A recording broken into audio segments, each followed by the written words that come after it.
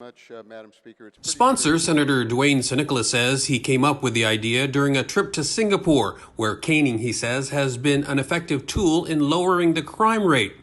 But his inspiration goes back further. As a 12-year-old, he saw news reports of the horrific rape slaying of a 16-year-old girl in Guam and vowed that someday he would try and stop something like that from ever happening again. It was a very brutal murder. And that stuck in my head for the longest time. And I said that if I ever had a chance to make this right and to prevent crimes like this from happening to our people, that I will do it. But among those against the measure was Acting Chief Prosecutor Heather Zona. We understand that this bill reflects a general frustration the general public has with the increased crime on Guam and the way in which citizens have been victimized. While we appreciate the current bill has spurred a lot of discussion as to how to address crime in Guam, and that's a conversation that we welcome, there are many concerns with the introduction of corporal punishment.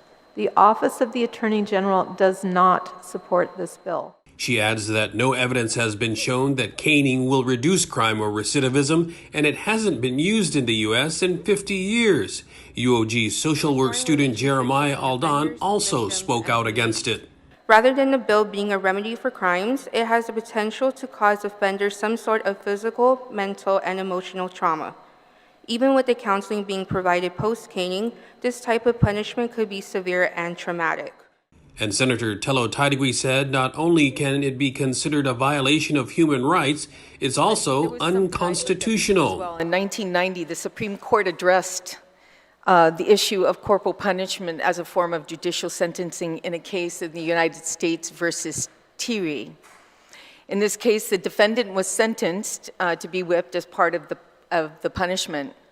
The Supreme Court upheld the defendant's conviction, but held that the use of corporal punishment was prohibited under the Eighth Amendment. The Eighth Amendment, which protects against cruel and unusual punishment.